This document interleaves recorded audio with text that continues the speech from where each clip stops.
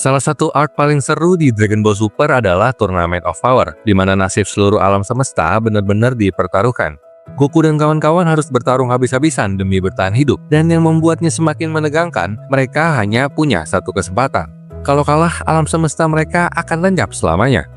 Turnamen ini diadakan oleh para dewa, yaitu Beerus, Shin, dan Whis, yang akhirnya menunjuk Goku untuk membentuk tim terbaik dari Universe 7. Hasilnya, sebuah skuad berisi 10 petarung tangguh. Goku, Gohan, Vegeta, Krillin, Piccolo, Tien Shinhan, Master Roshi, Android 18, Android 17, dan kejutan besar, Frieza. Jika kamu sudah mengikuti ceritanya, pasti tahu betapa epiknya tim ini. Tapi ternyata ada beberapa detail tersembunyi yang mungkin belum kamu sadari tentang pasukan Universe 7 ini. Yuk kita bahas lebih dalam.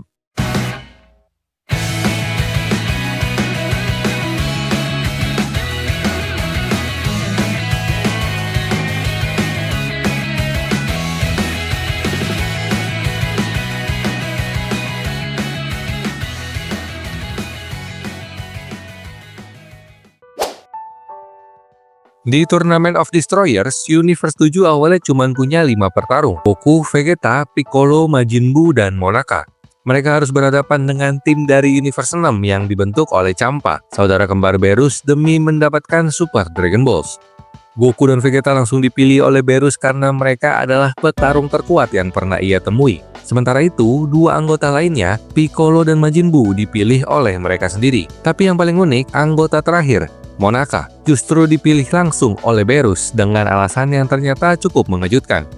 Sayangnya tim ini nggak bisa bertanding dengan formasi lengkap. Buu gagal dalam tes tertulis yang jadi syarat untuk ikut turnamen. Jadi Universe 7 harus bertanding hanya dengan 4 orang. Meskipun begitu, mereka tetap berhasil mengalahkan Universe 6 dan menunjukkan kenapa mereka layak jadi yang terbaik.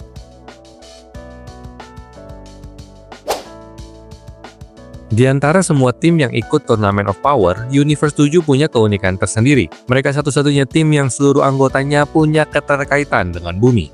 Dari 10 anggota, ada 7 yang memang lahir di bumi. Gohan, Piccolo, Tien, Krillin, Master Roshi, Android 17, dan Android 18. Sementara itu, meskipun Goku sebenarnya berasal dari planet Vegeta, dia dibesarkan di bumi sejak bayi. Jadi bisa dibilang dia juga bagian dari planet ini. Kalau dibandingin dengan tim lain yang anggotanya berasal dari berbagai penjuru alam semesta, Universe 7 ini cukup unik. Bahkan Vegeta dan Frieza yang berasal dari planet lain punya hubungan erat dengan bumi. Vegeta karena menetap di sana setelah menikah dengan Bulma, dan Frieza karena dia berkali-kali datang untuk menghancurkan bumi sebelum akhirnya dikalahkan dan dikirim ke neraka.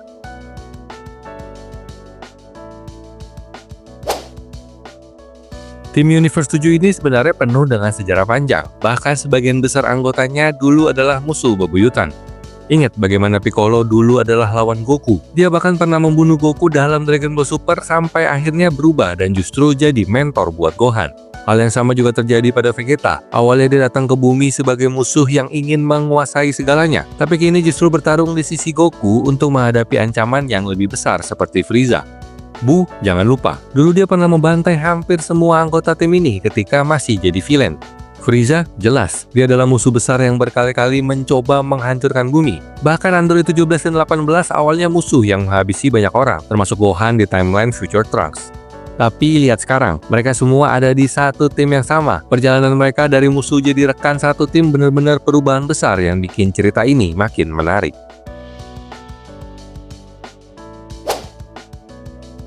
Monaka awalnya cuma seorang kurir biasa untuk Beerus, tapi entah kenapa justru diperkenalkan ke Goku sebagai petarung terkuat di semesta. Padahal kenyataannya jauh dari itu. Beerus hanya membesar-besarkan kekuatannya supaya Goku tetap termotivasi sebelum turnamen dimulai.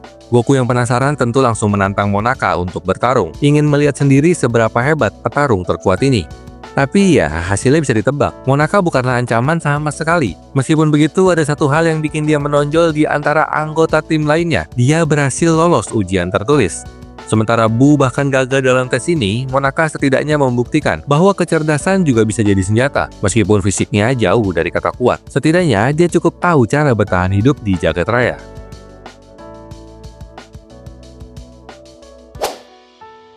Teknik Fusion Potara bisa dibilang salah satu jurus paling kuat di Dragon Ball. Apalagi kalau yang bergabung adalah dua petarung hebat. Goku, Vegeta, Gohan, dan Trunks sudah membuktikan sendiri kekuatannya. Nah, pernah kepikiran nggak kalau Android 17 dan 18 juga hampir menggunakan teknik ini di Tournament of Power? Bayangkan kalau mereka benar-benar fusion, mereka bakal jadi Android 35. Keren kan? Tapi sayangnya ide ini batal.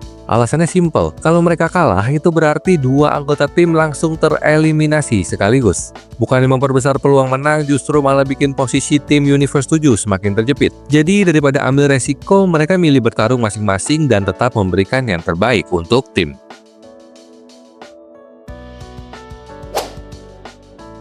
Selain Universe 6, Universe 7 adalah salah satu dari dua tim Tournament of Power yang nggak bisa terbang secara alami. Kalau sudah mengikuti Dragon Ball sejak awal, pasti tahu kalau Goku dan Krillin dulu harus belajar terbang pakai energi Ki. Teknik ini kemudian diwariskan ke Gohan dan Goten. Beda dengan mereka, Vegeta bisa terbang dengan mudah karena secara alami sudah kuat sebagai sayap. Tapi kalau diperhatikan, tim dari universe lain bisa terbang tanpa harus menggunakan Ki, seolah-olah mereka memang terlahir dengan kemampuan itu. Sementara itu, para petarung dari Universe 7 harus mengendalikan energi mereka untuk bisa melayang di udara. Jadi bisa dibilang mereka sedikit kalah start dibandingkan tim lain yang lebih bebas memanfaatkan langit untuk bergerak.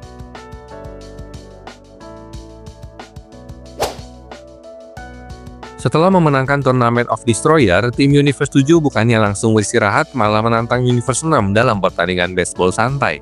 Tapi kali ini Majin Buu dan Monaka nggak ikut main. Sebagai gantinya, Yamcha dan Trunks masuk ke tim untuk meramaikan permainan. Biar adil, Vegeta dan Gohan justru dipindahkan ke tim Universe 6, supaya kedua tim punya kekuatan yang seimbang. Dan siapa sangka, Yamcha yang sering dianggap underrated justru jadi pahlawan di pertandingan ini dan mencetak home run dengan memastikan kemenangan Universe 7 lagi.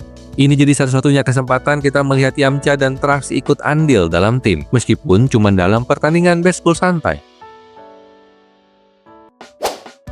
Setelah pertandingan baseball, sempat kelihatan kalau Yamcha bakal dipertimbangkan untuk jadi anggota ke-10 di tim Universe 7.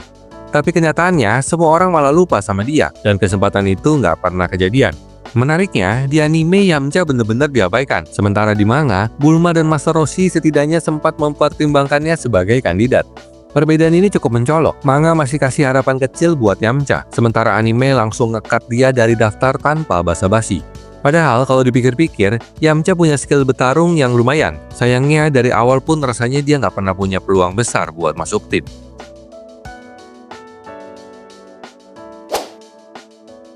Majin Buu sebenarnya masuk dalam 5 anggota awal tim sebelum akhirnya didepak. Satu-satunya kesempatan kita melihat Buu bertarung bersama tim adalah di Xeno Expo ketika Universe 7 menghadapi Trio of Dangers dari Universe 9. Saat itu Buu bertarung melawan Basil, si bungsu dari trio tersebut. Dengan gaya bertarungnya yang khas, si pink kocak ini berhasil mengalahkan Basil dan membawa keunggulan bagi Universe 7 di pertandingan eksibisi. Sayangnya saat Tournament of Power dimulai, Buu terpaksa dicoret dari tim karena kehabisan energi setelah bertarung melawan Basil.